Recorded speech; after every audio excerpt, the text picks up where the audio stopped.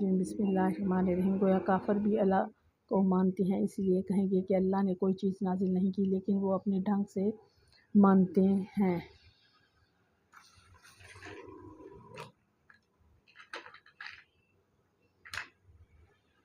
جو نہ مانے کے برابر ہے۔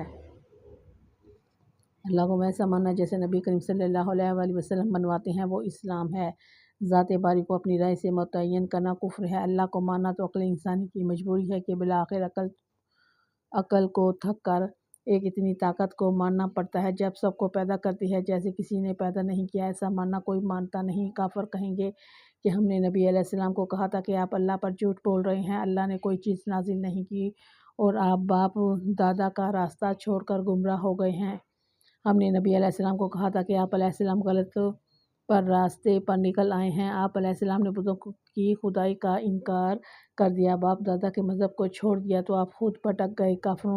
کافر وہاں اقرار کریں گے ہم خود گمراہ تھے، راہ سے بھٹکے ہوئے تھے، لیکن الزام نبی علیہ السلام پر دھرتے رہے، نبی علیہ السلام کو کہتے رہے کہ آپ گمراہ ہیں، میں بہت دور جا نکلے ہیں۔ پھر کہیں گے کہ فرمایا وَقَالُوا لَوْ كُنَّا نَسْمَعُ أَوْ نَعْقِلُ مَا كُنَّا فِي أَصْحَابِ السَّعِيرِ، اور کہیں گے اگر ہم سنتے یا سمجھتے ہوتے تو دوزخ کے رہنے والوں میں نہ ہوتے۔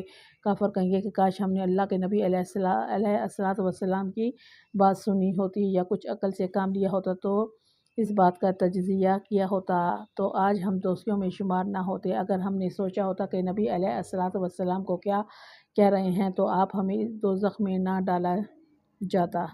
سارا اسلام عقلی دلائل کے مطابق ہے۔ اگر انسان دینداری سے سوچے تو عقلاً بھی اسے یہ سمجھ آتی ہے کہ اسلام کا حکم سب سے آسان، سہل اور سب سے زیادہ مفید ہے۔ اسلام کا کوئی حکم خلاف عقل نہیں، اور اگر کسی کو خلاف عقل نظر آتا ہے تو اس کی اپنی عقل کا فتور ہے۔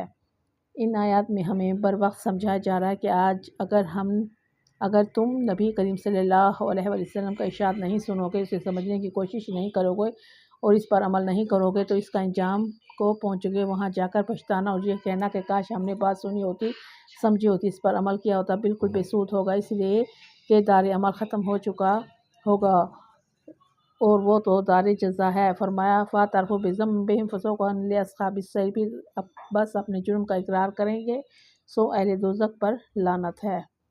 فرمایا آج تو انہوں نے اقبال جرم کر لیا، آج اگر مانا کہ ہم غلط تھے، ناحق پر تھے تو وہ تھا جو اللہ نے نبی علیہ الصلوۃ والسلام فرماتے تھے، لیکن اب ماننے سے کیا فائدہ، اہل جنت پر لعنت ہو کہ لعنت سے مراد ہے کہ رحمت اللہ سے کلی طور پر محروم ہو جانا۔ فرمایا اب ماننے کا کیا فائدہ، اب جب جہنم میں جل رہے ہو تو جہنم کو مان رہے ہو۔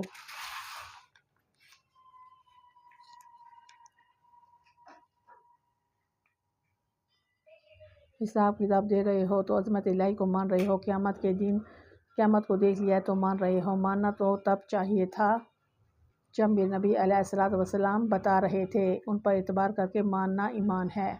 یہ سب چیزیں عالم غیب میں تھیں، تم نے جنت دیکھی تھی، نہ دوزخ، فرشتے دیکھے تھے، نہ موت دیکھی تھی، نہ ہی آخرت۔ تو اگر یہ سب تم نبی علیہ الصلوۃ والسلام کے بتانے پر مان لیتے تب تو ایمان تھا، لیکن آج تمہارا ماننا کسی کام نہ آئے گا، سو لعنت ہو تم پر جنہوں نے آ کر جہنم کو مانا۔